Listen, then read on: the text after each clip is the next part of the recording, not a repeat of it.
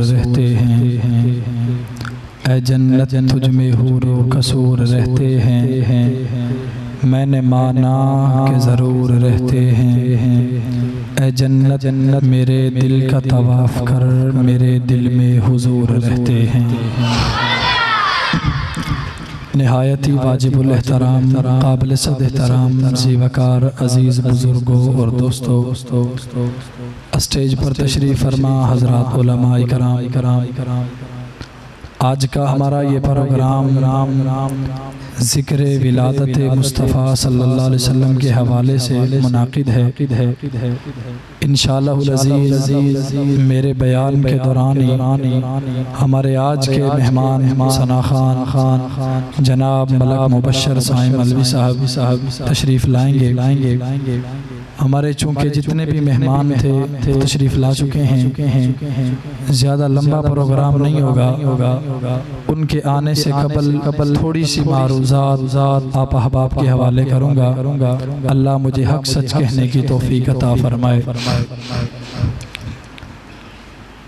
सरकार मदीना सल्लल्लाहु अलैहि वसल्लम की ज़ात मुबारक के लिहाज से अल्लाह तबारक व तआला ने बेशुमार ख़ुसूसियात आपके लिए ज़िक्र की, लेकिन जितने भी अंबिया इकराम धरती कायनात पर इंसानियत की रुश्द व हिदायत के लिए तशरीफ़ लाए, उन सब की इतनी ख़ुसूसियात नहीं जितनी आपके और मेरे महबूब पैगम्बर सब कह दो सल्लल्लाहु अलैहि वसल्लम की ख़ुसूसियात हैं। सबसे पहला जो मैंने आयत मुबारक तिलावत की अलम नशरह लका सदरक, महबूब मैंने आपके सीने को खोल दिया। अंबिया इकराम दुनिया में तशरीफ लाए, आने के बाद फिर उन्होंने अपने हाथ मुबारक उठाए, अपनी झोली को फैलाया, फैलाने के बाद फिर कहा अल्लाह हमारा सीना खोल दे। कुरान मजीद में मौजूद है, हज़रत मूसा अलैहिस्सलाम ने फरमाया रब्बी शरह ली सदरी, अल्लाह मेरा सीना मुबारक खोल दे। लेकिन मैं कुर्बान जाऊं, वो भी पैगंबर और नबी हैं, ये भी पैगंबर और नबी हैं, उन्हें हाथ उठाने पड़े, उन्हें दामन फैलाना पड़ा, उन्हें रब से ये इल्तिजा करनी पड़ी अल्लाह मैं दुआ करता हूँ मेरे मुबारक सीने को खोल दे। लेकिन जब बारी आई आमना के लाल महबूब रब्बे जुल जलाल साहिबुल हुस्न वल कमाल मकीने गुम्बद खजरा आपके और मेरे महबूब पैगंबर सरकारे मदीना सल्लल्लाहु अलैहि वसल्लम की आपने हाथ नहीं उठाए, आपने दामन नहीं फैलाया, बल्कि खुद ब खुद ही अल्लाह तबारक व तआला ने फरमाया महबूब अलम नशरह लका सदरक, तुम्हें हाथ नहीं उठाने पड़े, तुम्हें दामन नहीं फैलाना पड़ा, बल्कि मैंने खुद ब खुद ही अलम नशरह लका सदरक कहकर आपके मुबारक सीने को खोल दिया है।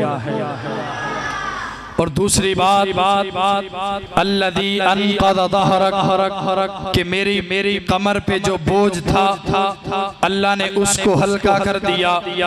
हज़रत मूसा अलैहिस्सलाम की कमर पे जो बोझ था, हज़रत मूसा अलैहिस्सलाम ने अल्लाह से दामन फैलाया, हाथ उठाए और रब्बिल लम यज़ल से ये कहा अल्लाह जो मेरे ऊपर बोझ है, इस बोझ को उठाने के लिए मुझे एक नाइब अता कर, और नाइब में से भी मुझे अपने अहल में से अता कर, और उसका नाम भी बता दिया अखी हारून, यानी मेरा नाइब हो तो मेरा भाई हो, उसका नाम हारून हो। मैं कुर्बान जाऊं, वो नबी और पैगंबर हाथ उठाकर अपने नाइब को मांगते हैं, फिर अपने खानदान में से अपने भाइयों को चुनते हैं। लेकिन जब आमना के लाल की बारी आती है, इन्हें हाथ नहीं उठाना पड़ते, इन्हें दामन नहीं फैलाना पड़ता, बल्कि अल्लाह खुद ब खुद कह देता है महबूब तेरे कंधों पर जो बोझ था उसे मैंने हल्का कर दिया। कैसे हल्का किया? फरमाया तुझे तेरी आल में से नहीं दूंगा, बल्कि ऐसे दूंगा जो तुझ पे जान लुटाएंगे, ऐसे गमगुजार दूंगा जो तेरे साथ हर वक्त रहेंगे, हर लम्हा रहेंगे। कुरान में मौजूद है, अल्लाह ने फरमाया वल्लज़ीना मअहू अशिद्दाउ अलल कुफ़ार रुहमाउ बैनहुम, मैं तुम्हें ऐसे यार अता करूंगा जो हर वक्त, हर लम्हा, हर घड़ी आपके साथ होंगे, लेकिन वो दुश्मन के मुकाबले में सख्त होंगे और आपस में वो एक दूसरे के साथ मोहब्बत वाले होंगे। आपकी कमर पे जो बोझ था उसे मैंने खुद ब खुद कम कर दिया। दो इनाम मैंने आपके सामने जिक्र किए। आओ तीसरा इनाम जो आज का हमारा उन्वान है। फिर अगली आयत में अल्लाह ने फरमाया वरफाना लका जिक्रक, महबूब तेरा सीना भी मैंने खोल दिया। महबूब तेरी कमर पे जितना बोझ था उसको भी हल्का कर दिया।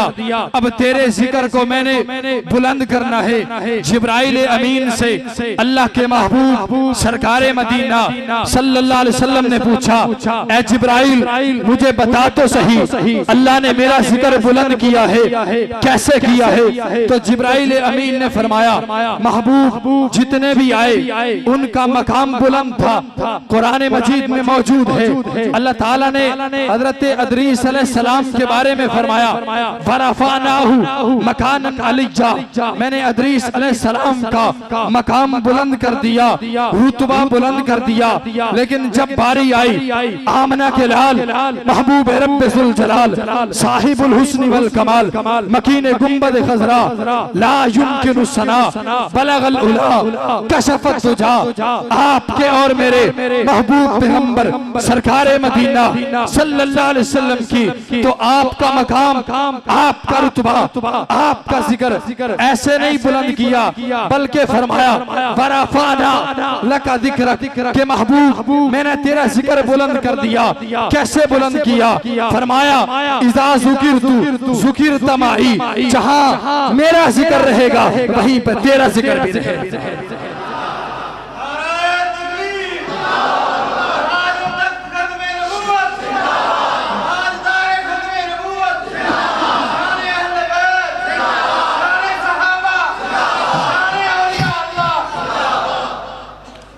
फिर आपका जिक्र कैसे बुलंद किया?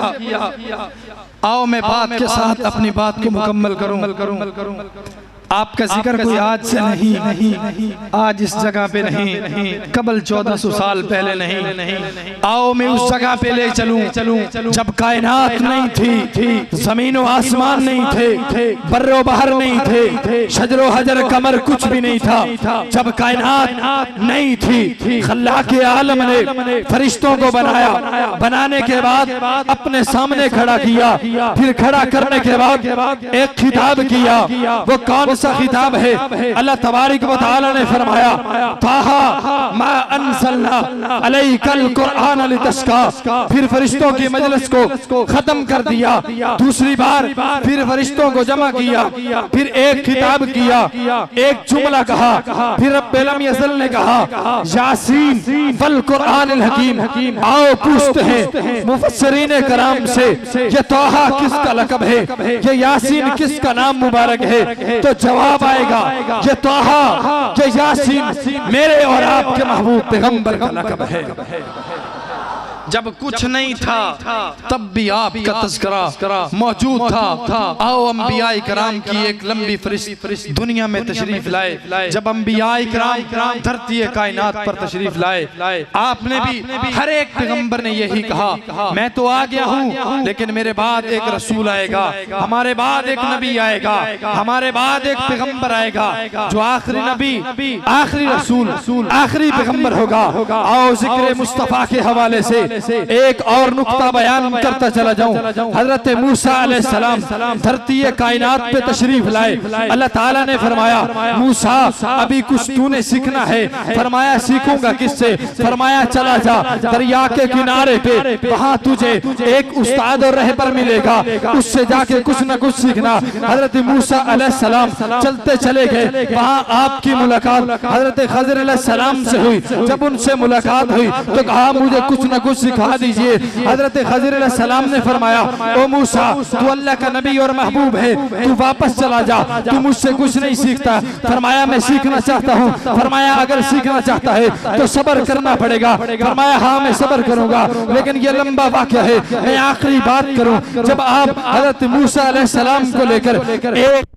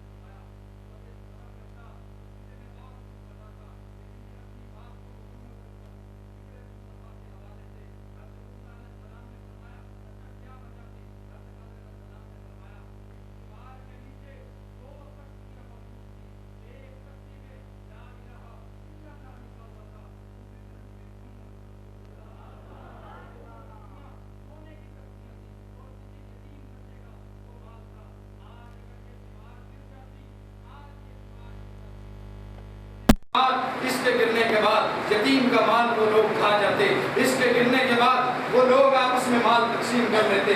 लेकिन मैं कुर्बान जाऊं, मैंने इस दीवार को सीधा कर दिया। हज़रात मुफस्सिरीन इकराम ने फरमाया उस दीवार के नीचे जो खजाना छुपा हुआ था उसमें एक तख्ती पे ला इलाहा इल्लल्लाह लिखा था, दूसरी तख्ती पे मोहम्मद सुभान अल्लाह। यही तक नहीं, इससे पहले का नहीं, मैं बात कर रहा था जब कुछ नहीं था तब भी आपका तस्वीर मौजूद था। और अगली बात आखिरी बात कर दूं, हज़रत ईसा अलैहिस्सलाम आप दुनिया में तशरीफ लाए। जब आप आए आते ही आपने अपनी नबूवत का इजहार कर दिया। फिर नबूवत के इजहार के बाद आपने फरमाया जब 40 साल की उम्र होगी, पूछा आप क्या करोगे? नबूवत का ऐलान तो अब करना था, अब क्या करोगे? तो हज़रत ईसा अलैहिस्सलाम ने फरमाया जब उम्र मुबारक मेरी 40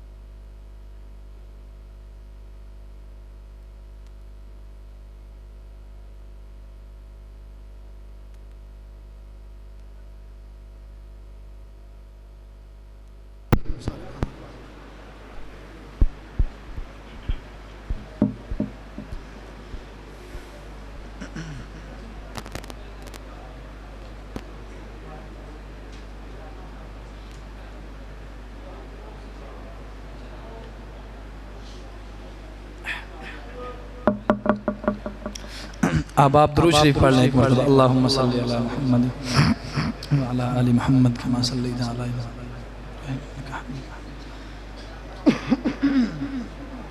अल्लाहुम्मा बारिक अला मुहम्मद।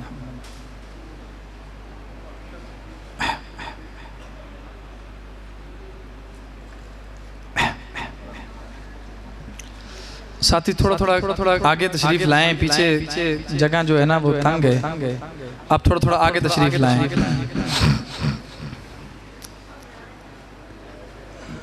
माशाअल्लाह माशाअल्लाह। जिन्होंने दुरूद शरीफ पढ़ा है वो थोड़ी थोड़ी हरकत कर लें।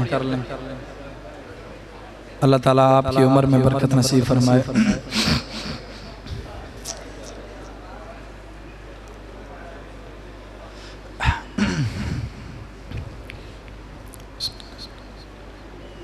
तो मैं अर्ज कर रहा था फकत आपका तज़किरा ही नहीं, जो यार अल्लाह ताला ने आपको अता किए उनका तज़किरा भी आज नहीं, कबल 1400 साल पहले नहीं, उनका तज़किरा भी पहले अंबिया इकराम पर जो लोग ईमान लाए वो समझते थे कि आखिरी नबी आखिरी रसूल मोहम्मदुर रसूलुल्लाह सल्लल्लाहु अलैहि वसल्लम पर जो ईमान लाएंगे उनमें से जो पहले ईमान लाएगा उसका नाम हजरत अबू बकर सिद्दीक होगा। आओ एक वाक़े की तरफ इशारा करता हूँ। अल्लाह के नबी सल्लल्लाहु अलैहि वसल्लम ने ऐलान नबूवत नहीं फरमाया था, सैयदना सिद्दीक अकबर रज़ी अल्लाह तआला आप तिजारत करते थे। तिजारत के हवाले से आप यमन में गए। वहां जब गए तो किसी ने बताया कि यहाँ कोई बुजुर्ग हैं, आओ उनसे मुलाकात करवा दें। जैसे आज कोई यहाँ मेहमान आए तो वो कहे कोई यहाँ अल्लाह का वली है, मैं उससे मिलना चाहता हूँ, मुलाकात करना चाहते हैं। तो हज़रत अबू बकर सिद्दीक ने फरमाया कि मैं उनसे मुलाकात करूंगा। जब उनके पास हज़रत सैयदना सिद्दीक अकबर रज़ी अल्लाह अन्हु तशरीफ लेकर गए, वो अपनी मजलिस में बैठा हुआ था। बैठते ही उसने हज़रत अबू बकर सिद्दीक को देखा, देखते ही देखते उसने पहचान लिया और पहचानते ही पूछता है, आप मेरी मजलिस में आज पहली दफा आए हो, आप इतने हसीनो जमील खूबसूरत लग रहे हो, बताओ आपका नाम मुबारक क्या है? तो हजरत सैयदना सिद्दीक अकबर ने फरमाया मेरा नाम अबू बकर है। उसने कहा आओ आप मेरे सीने से लग जाएं। वो बुजुर्ग अपने नशिस्त से खड़े हुए हजरत सैयदना सिद्दीक अकबर रज़ी अल्लाह अन्हु के सीने मुबारक से लगे, आपस में मुआनका किया, फिर कहा आप मुझे नहीं पहचानते, मैं आपको पहचानता हूँ, मैं आपको जानता हूँ। फरमाया आप मुझे किस तरह जानते हैं, आपका मेरे साथ तारुफ किस तरह है, आप मुझे किस तरह पहचानते हैं? तो वो बुजुर्ग कहने लगे मैं इस लिहाज से जानता हूँ जो आज तक मैंने पढ़ा है, जिस नबी और रसूल पे मैं ईमान लेके आया था उस नबी और रसूल ने मुझे ये खबर दी थी, हमारी किताबों में ये तहरीर है जो आखिरी नबी आखिरी रसूल आएंगे उन पे जो सबसे पहले ईमान लाने वाला ईमान लाएगा उसका नाम अबू बकर सिद्दीक होगा। आपका तज़किरा ही नहीं। आओ अगली बात कर दूं, सैयदना फारूक आज़म रज़ी अल्लाह तआला आप तख्त खिलाफत पे बैठे, तख्त खिलाफत पे बैठने के बाद आप चले गए बैतुल मक़दिस को फतह करने गए। जब आप गए आपके साथ आपका एक गुलाम भी था।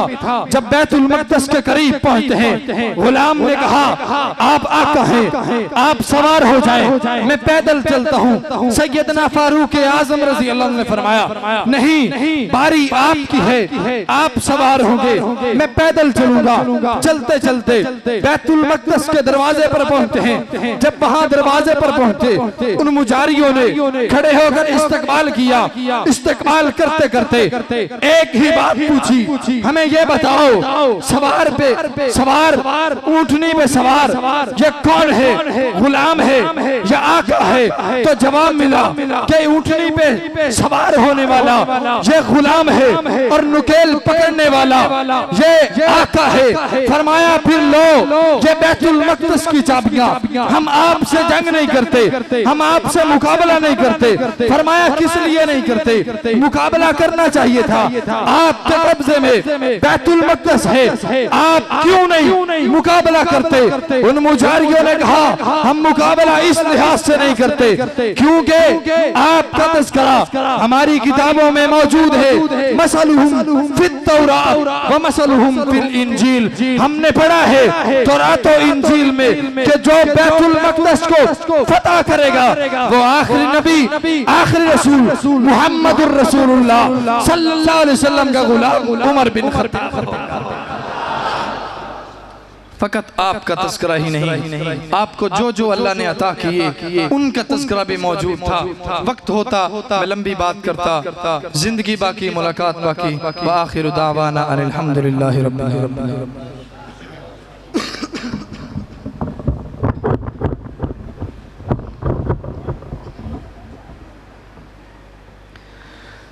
अभी आप हजरात के सामने जनाब मोहतरम मौलाना उमर हयात साहब बहुत खूबसूरत अंदाज में अपने ख्यालात का इजहार फरमा रहे थे। जो हुजूर की मोहब्बत के अंदर सरशार बैठा है, और यकीनन हर बंदा सरशार बैठा है, जरा मोहब्बत से कहे सुबहान अल्लाह।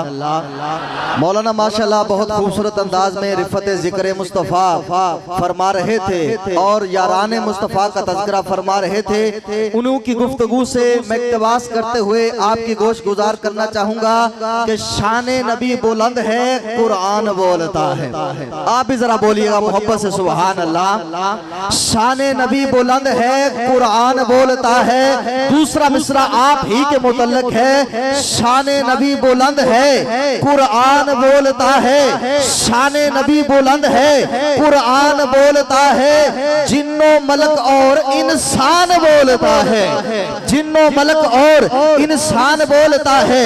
मेरा नबी जात के अंदर आला है, मेरे नबी की जात आला, मेरे नबी की बात आला, मेरे नबी का इल्म आला, मेरे नबी का अमल आला।